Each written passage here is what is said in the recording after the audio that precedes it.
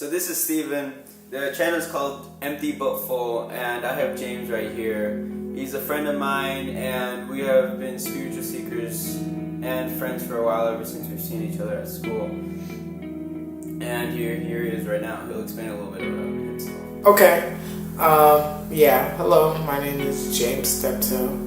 I am a music producer and a professional photographer. Do a little videography.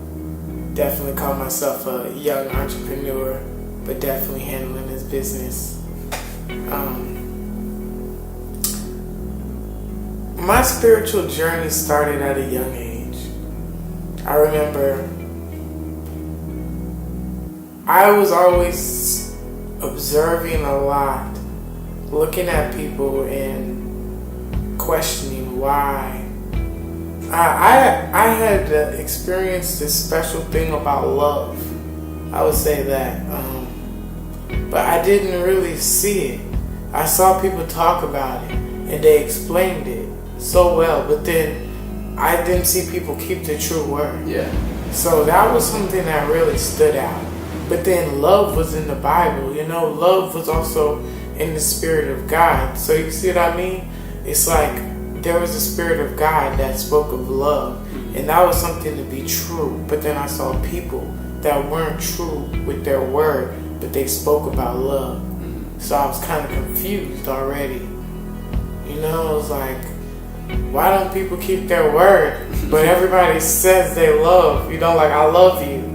So, that was happening too much. So I was already kind of confused with how life was going. And I grew up in the church. When I was everything I could remember, my mom used to talk about me when I was a little kid. I used to dance and get up and dance, walk up like in the middle of the walkways in church and like dance while everybody was singing. And they didn't care, they just let me do my thing. And I was always that spirited kid. So even when I was a little kid, my uncle was a preacher. And when my uncle would travel, my dad used to preach for my uncle. And I can't really remember much about my dad. I do remember him playing the guitar. But moral of that is I do remember listening in church at a young age. I remember having questions that I couldn't really get the answer to. And I could see that people couldn't really give me the answer, or they weren't asking those questions that I was asking. When I was like a freshman in high school, that's when I recorded my first song, Fighting Soldiers, with my friend Devin. And just even my first words I ever wrote on a song to record, it was, since I was blessed on this earth, I knew I had a gift. Singing about God with a whole new shift. Preaching about the Lord and rapping about the struggle. People getting beat down, living for the hustle. Just making it, putting all their faith in it. Trying to find a place with it. So let's settle, move up to new levels. Pushing out the devil. Bringing in the Holy Ghost and spitting out the struggle. That was my first line I ever put on a recording. So you see, I always had God in mind. Spiritual path along that way. I am of dark skin, dark melanin, I guess you could say that. So my life was based on a lot of history of Israelites for a long time, looking back into the Bible, but I always had this true nature with Egypt. I was calling me, even the Eye of Horus. It really pulled me into my nature. So that opened me up to like the law of attraction and seeing like how I could pull the universe into be what I really wanted. But I didn't know in the journey of doing the law of attraction that I would find my true self.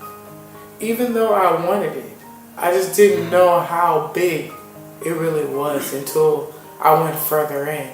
But the Eye of Horus is beautiful because it talks about the pineal gland, and it talks about how we're using it, how we're allowing everything that we see to affect the inside, the internal world.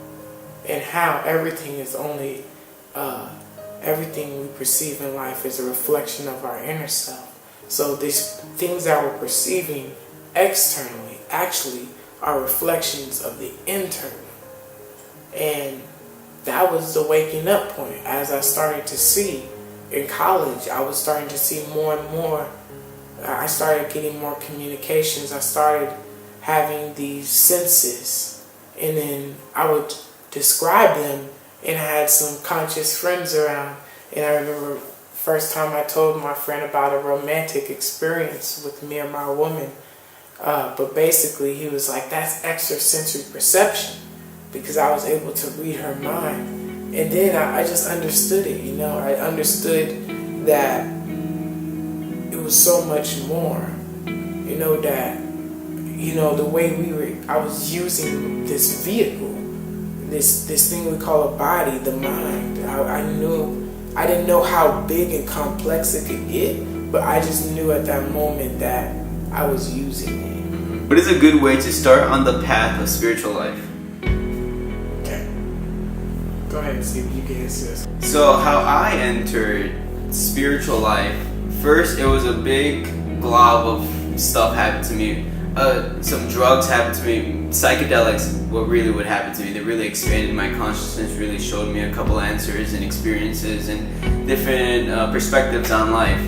But that wasn't the main thing. A lot of people, they take psychedelics, but they don't know what to do with it. They either mess with it, party with it, or have fun with it or something. They don't take it serious, and they have kind of no learning experience. But I'm not, pushing them down or anything. It's just if you want to have a spiritual life, you'd have to do it in your room or in nature and have a really sacred time with it. But that's how I did it, and that's how I got into it. But and then after that, if you really want to do it, going towards kind of just practicing using your animal will to get into it and really make fertile ground to receive grace, then you could pick up practices from these Eastern religions or Eastern mystics, the philosophies they have, because they have these maps.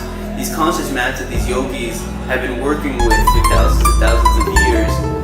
If you learn and you commit yourself to working on these maps, they will produce fruit. They will show you ways of how to enter into this inner space, this inner awareness, to go into the self. They'll show you how to become more loving and more peaceful.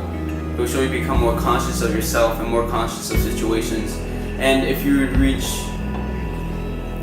these awakenings and insights, then this is how you get into spiritual life. So that is my way. You can find any way that feels peaceful to you, and you just enter it, but you have to enter it. You have to do the work. Because we have separated so far from the true self, there is no specific path. It's like a real path into individuality. It's where we take the steps to focus on ourselves instead of whatever else is going on in the world. That is one of the greatest steps into spirituality. I think that because we all come from different cultures, different backgrounds, but as we come to shed off all this stuff and to really identify with the true self beyond these limitations, that's where we still find the true essence. And this is what spirituality really is, It's a journey. It is or I wouldn't say a journey. I think the better words would be that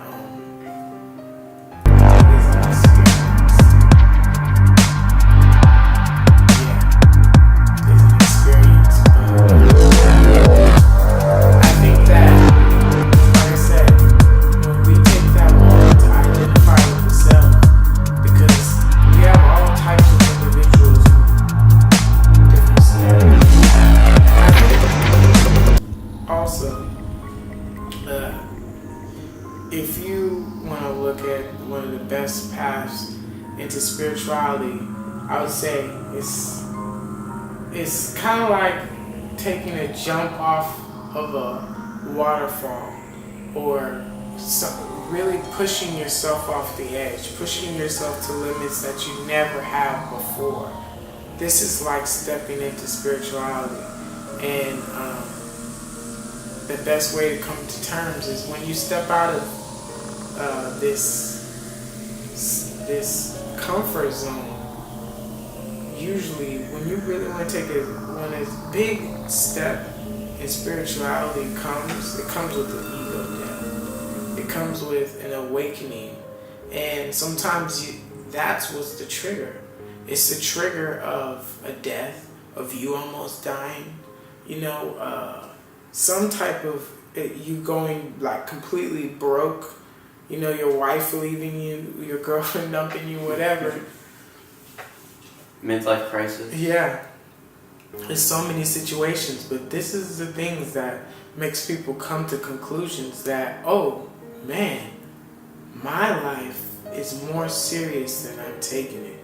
These things around me aren't as important as this vessel that is carrying me through this. We're looking at all the things that we're trying to gain externally, but we're not really working on seeing what's happening to that person and how they're doing.